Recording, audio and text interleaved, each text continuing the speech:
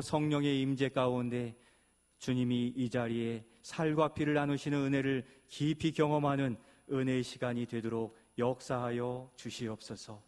예수님의 이름으로 기도드리옵나이다. 아멘. 여러분, 한 주간 주의 은혜 가운데 잘 지내셨습니까? 하나님 우리를 지켜주신 은혜 때문에 여기 있는 줄로 믿습니다. 저는 지난 주간 기도원에서 내년을 향하여 또 우리 성도들을 향하여 주님께 기도하고 감사함으로 돌아왔습니다. 한 주간 함께 기도해 주시고 또 교회를 지키시고 협력해 주신 여러분들께 진심으로 감사의 말씀을 드립니다. 기도원에서 주님께 집중하니까 집중하면서 부르고 듣는 모든 찬양이 너무 은혜가 넘치고 좋았습니다. 왜냐하면, 왜 좋았냐면 모든 찬양을 부르고 올려드릴 때 저의 영혼이 주님을 만나고 주님과 연결되는 것을 더 깊이 느끼게 되었기 때문입니다. 무슨 말씀인지 아시겠지요? 그 찬양과 노래가 가사가 이해가 된다는 그런 의미가 아니라 제 영혼에 예수님이 가사를 통해 임하시고 느껴진다는 그것을 말씀드리는 것입니다. 살아계신 예수님이 내 안에 또 내 삶에 충만한 이것이 우리에게 주신 산 믿음의 증거요 부유한 은혜입니다. 우리 모두 다 그렇게 충만한 삶이 되시기를 소원합니다. 또 축복합니다. 그런데 우리가 때때로 찬양을 부르고 노래를 부를 때에 아무 감각 없이 지나갈 때가 있는데, 그만큼 우리 믿음의 사람은 구별하여 주님과의 따로 된 시간을 가질 때 그 영성과 깊이를 지켜갈 수 있다는 것도 의미함을 말씀드리는 것입니다. 그래야 그 즐거움과 기쁨을 지키고 누릴 수가 있습니다. 그래서 우리 주님은 오늘도 어떻습니까? 날들 중에 한 날을 구별하여서 거룩하게 복된 주일을 지키라고 우리를 여기로 부르신 줄로 믿습니다. 그러니까 하나님께 집중하시고 요즘 말로 몰입하시기를 바라요. 나 주님의 기쁨 되기 원하네 찬양하실 때 우리 성도님들의 표정이 은혜 주신 은혜 때문에 너무도 감격하여 그 얼굴들이 다 이렇게 눈물에 젖어 있는 것 같아요.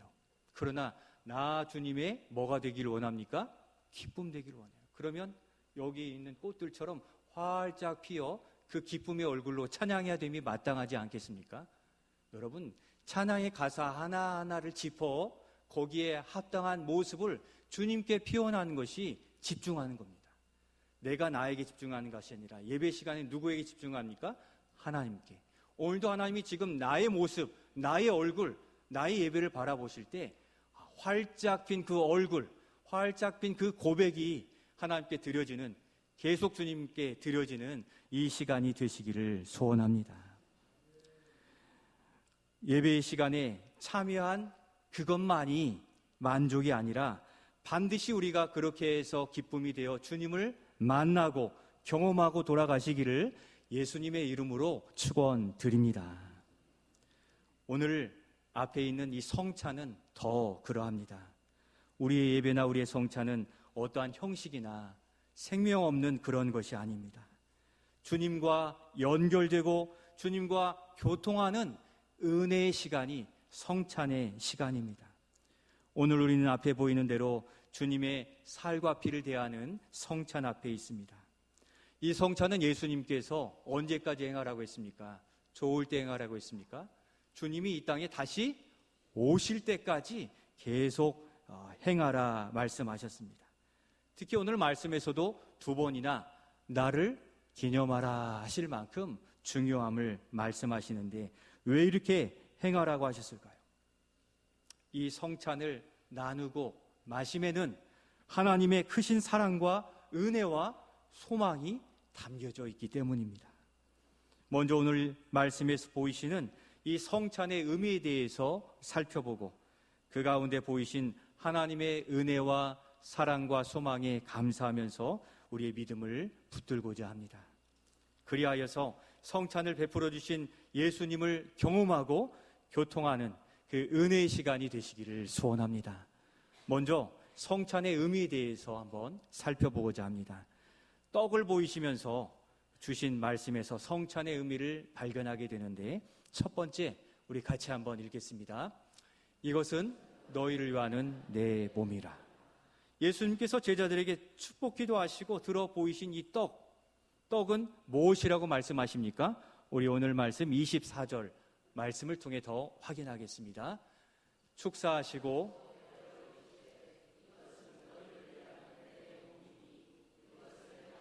나를 기념하라 하시고 아멘.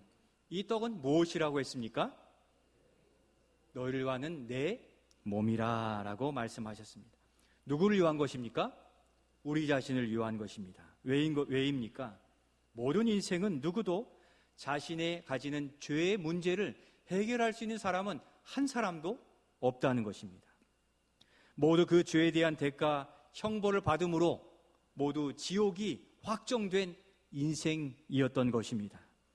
그런데 하나님께서는 이 문제를 해결해 주시고자 사랑의 계획을 가지시고 외아들 예수님을 이 땅에 보내주셨습니다.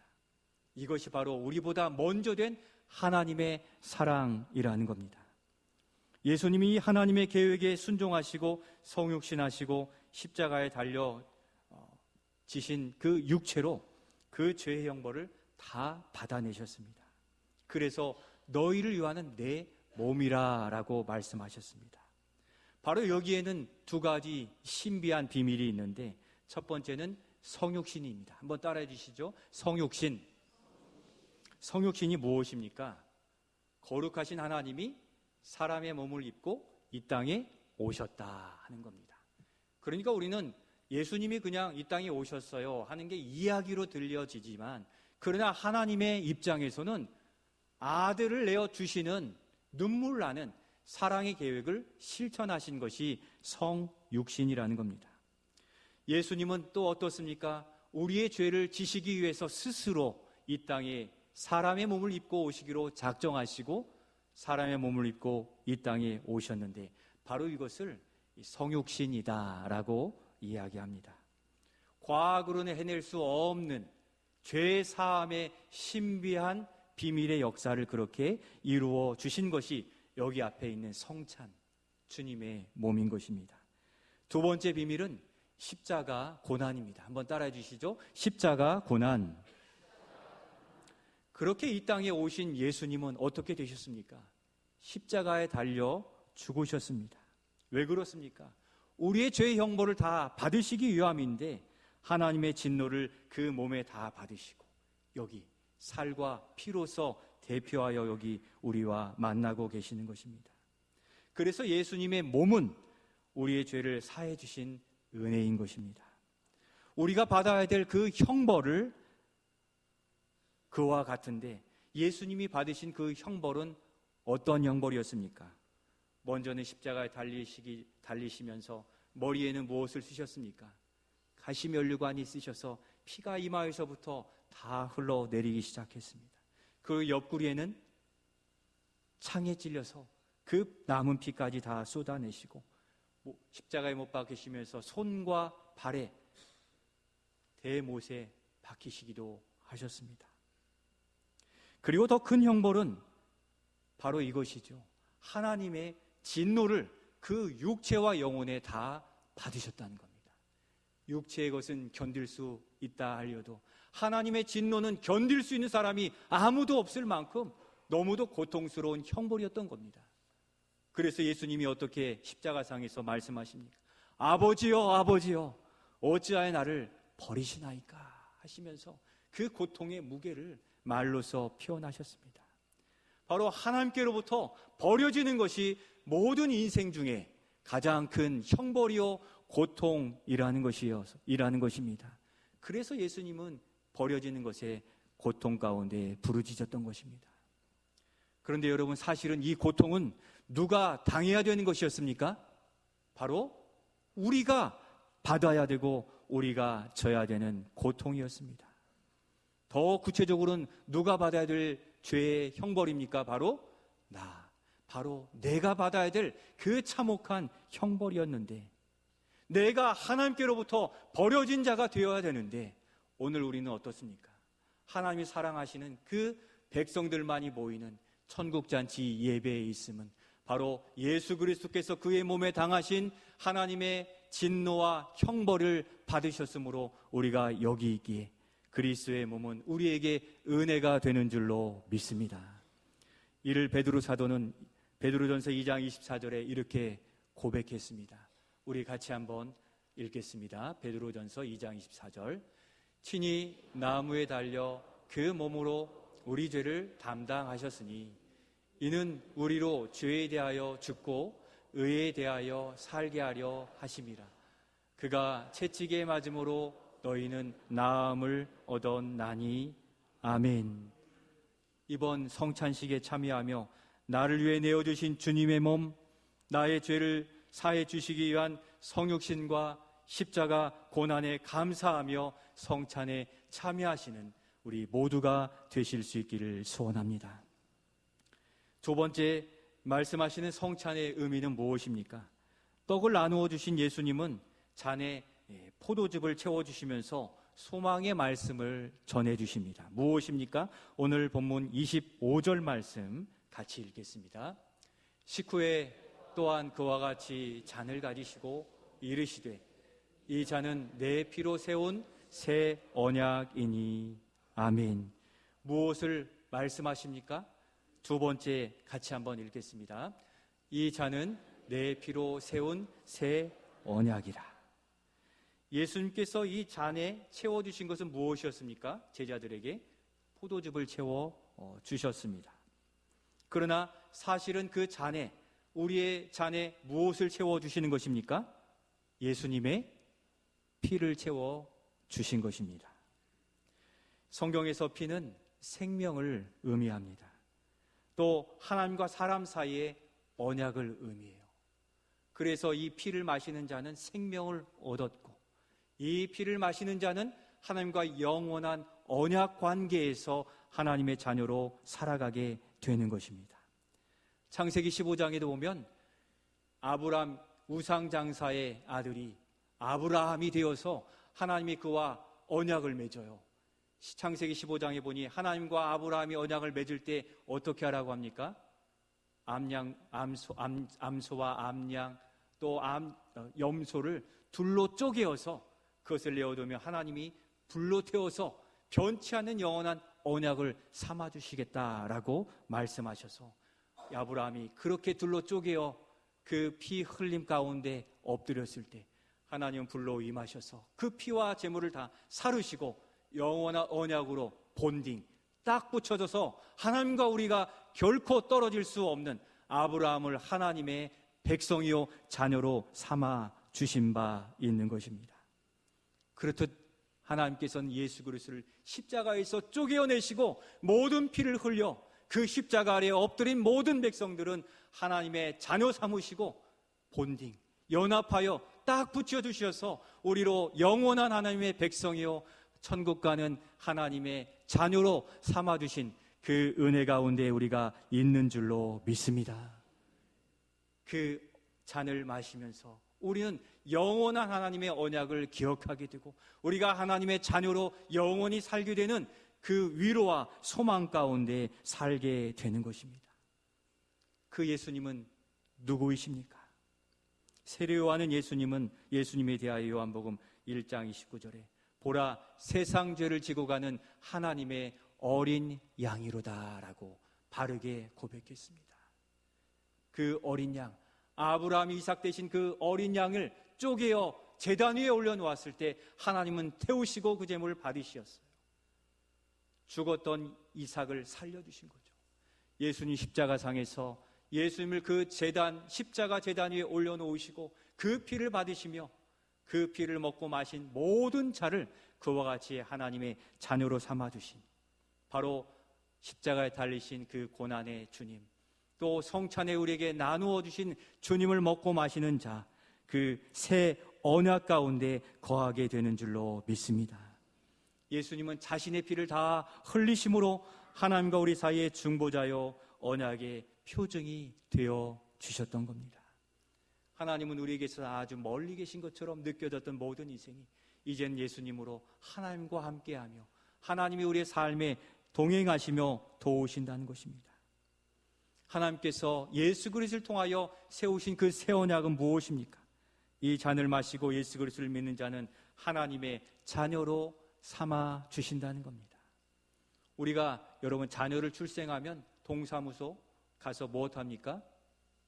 맞습니다. 출생신고를 하게 되는 거죠. 그렇듯 하나님께서는 우리가 하나님의 자녀임을 이 피로서 이 새 언약의 생명책에 우리를 기록해 주신다는 겁니다. 그 피를 먹을 때마다 우리는 어디에 기록되어 있습니까? 우리의 이름이 저 하나님 나라의 생명책에 기록되어 있는 줄로 믿습니다. 확인하면서 먹고 마시고 그 소망 가운데 우리는 살아갈 수 있는 겁니다. 우리는 오늘도 이 성찬의 잔을 마심으로 세상의 종에서 다시 태어나 하나님의 자녀, 하나님의 백성으로 살고 있음을 확인하는 것입니다. 아버지 되신 하나님께서 자녀인 우리를 결코 이 땅에 그냥 두지 않으심에 대한 확신이 되는 것입니다. 거기서 우리는 위로와 소망을 가지게 되는 것입니다. 성도 여러분, 고되고 힘들고 억울하고 어려울 때 많으시죠. 우리를 자녀 삼아 주셨기에, 그리고 우리를 제자로 부르셨기에 우리가 겪는 고난, 어려움, 억울함도 다 아시고 때가 되면 반드시 해결해 주실 것을 믿고 인내의 소망으로 오늘을 신앙생활하며 살아가시기를 소원합니다. 오늘 이 잔을 마시면서 이 새 언약을 확인하고 힘있게 세상으로 나아가시기를 예수님의 이름으로 축원드립니다. 마지막으로 그러면 이제 거룩한 성찬 앞에서 우리가 가질 거룩한 복된 소망이 있습니다. 가장 중요한 부분 세 번째 같이 한번 읽겠습니다. 성령의 임재로 부활의 주님을 만나는 은혜요 소망입니다. 26절 말씀을 읽으면서 신비한 은혜와 소망을 발견하게 되는데 26절 말씀 같이 한번 읽겠습니다. 너희가 이 떡을 먹으며 이 잔을 마실 때마다 주의 죽으심을 그가 오실 때까지 전하는 것이니라. 아멘. 이 말씀을 묵상하며 제자들의 현재와 당시 현재와 오늘 우리의 현재를 돌아보게 되었습니다. 보십시오. 제자들이 성찬을 받을 때 예수님은 어디에 계셨습니까? 제자들 옆에 계셨잖아요. 그래서 거기에서 떡과 포도즙을 나누어 주신 겁니다. 그러나 오늘 이 명령을 받아 주님의 살과 피를 받으라 하시는 예수님은 지금 어디에 계십니까? 눈에 보이는 옆에 계십니까? 옆에 계시지 않습니다. 제자들 때와 달리 우리 눈에 보이지 않으십니다. 그러면 어디 계십니까? 예수 그리스도는 그가 다시 오실 때까지 전하는 이것이라 에서 발견할 수 있듯이 사망과 죽음을 이기시고 부활하여 승천하심으로 지금 하나님 보좌 우편에 거하시는 줄로 믿습니다. 지금도 하나님 보좌 우편에서 하나님의 백성들을 다스리시고 온 우주 만물을 다스려가고 계신다는 것입니다. 이 땅에서 그러면 우리는 이 떡과 포도즙만 마시는 것입니까? 그저 단순한 형식, 단순한 예식에만 참석하는 것입니까? 그가 오실 때까지 주의 죽으심을 전하는 것이라 라고 말씀했고, 그러면 또 우리는 무엇을 전해야만 되는 것입니까? 죽으심과 다시 살아나신 부활을 증거하는 것입니다. 개혁신학자들이 이 떡과 포도즙이 그저 행사나 기념 예식에 지나지 않는 것이라고 강조하고 있습니다. 그저 행위에만 참석에만 그 중심에 있는 것이 아니라는 것입니다. 그러면 무엇입니까? 우리가 성찬을 행할 때 부활하신 주님께서 성령의 임재하심으로 각 심령과 바로 이 성찬 가운데 실제 주님의 몸과 피의 효력을 나타내 주시는 줄로 믿습니다. 떡과 포도즙이지만 우리의 입에 들어가는 순간 성령 하나님이 임재하셔서 그 떡은 예수님의 몸이 되게 하시고 그 몸의 죄 사함의 고난과 어려움을 경험하며 그 사하심의 은혜를 우리로 이 성찬 가운데 경험하게 하신다는 것입니다. 이것을 신학적으로는 이렇게 얘기해요. 한번 넘겨주시겠습니까? 무엇입니까? 같이 읽겠습니다. 시작. 영적 임재설. 영적으로 이 성찬에 임하신다는 거예요. 예수님의 몸이 성령 하나님의 역사를 통하여 실제로 지금 이 순간 어디에서 임하시는 겁니까? 부활하신 하늘에서 이 자리에 성령으로 임하여 우리가 경험하게 된다는 거예요. 그냥 우리가 이것을 마치 이것은 몸이니 예수님의 살이라는 상상으로 먹고 마시는 게 아니라는 거예요. 성령이 이 자리에 우리의 심령과 이 성찬에 임하셔서 예수님이 이 자리에서 그 떡을 자신의 몸을 나누어 주시는 영적 임재의 영광 가운데 우리는 거하게 된다는 것입니다. 그러니 우리는 이 사람의 생각으로 참여하는 것이 아니라 성령을 의지하여 성령의 인도함 가운데 믿음으로 성찬에 참여하시기를 소원합니다. 우리가 떡을 먹을 때 우리는 성령을 통해 주님의 찢기신 살, 그 고난을 경험하게 되는 것이죠. 죄 사하시는 은혜와 영원한 생명에 대한 확신을 그래서 가지게 되는 것입니다. 누구를 통해서 경험하게 되는 것입니까? 성령 하나님을 통해서. 성령의 임재로 그리스도의 십자가와 부활의 영광을 경험하게 되는 것입니다. 그래서 우리가 이 성찬을 먹고 마심으로 우리의 믿음은 각성케 되고 믿음이 자라고 영혼이 굳게 서게 되는 것입니다. 어떻게 이 떡이 영적인 살이 되는 것입니까? 우리는 그것을 가시적으로 성경을 통해 보았는데 오병이어의 역사를 아시죠? 예수님이 축사하셨을 때 그 떡이 5,000명 장정이 먹고 남을 만큼 변화되었습니다. 이 육체의 물질적인 변화를 보이신 하나님은, 예수님은 전능하신 하나님이세요. 그 주님은 이 성찬에 동참하시어서 오병이어로 많은 떡을 만들어 변화되게 하신 것처럼 이 떡이 바로 예수님의 실제 몸과 같이 우리 안에 실제 피와 같이 우리 안에 효력을 나타내어 우리의 믿음 위에 서고 또 하나님의 천국 백성인 것에 대한 기쁨과 위로를 얻게 하실 줄로 믿습니다.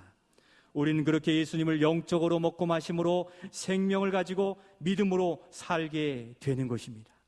그래서 예수님 자신은 뭐라고 하시는 겁니까?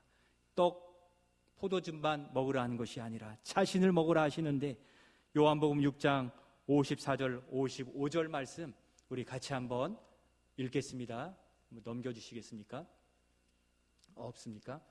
우리가 이 문답에서 성시교도에서 읽었습니다만 제가 읽어드리겠습니다. 주님이 우리에게 주시는 말씀으로 들으시면 좋겠습니다.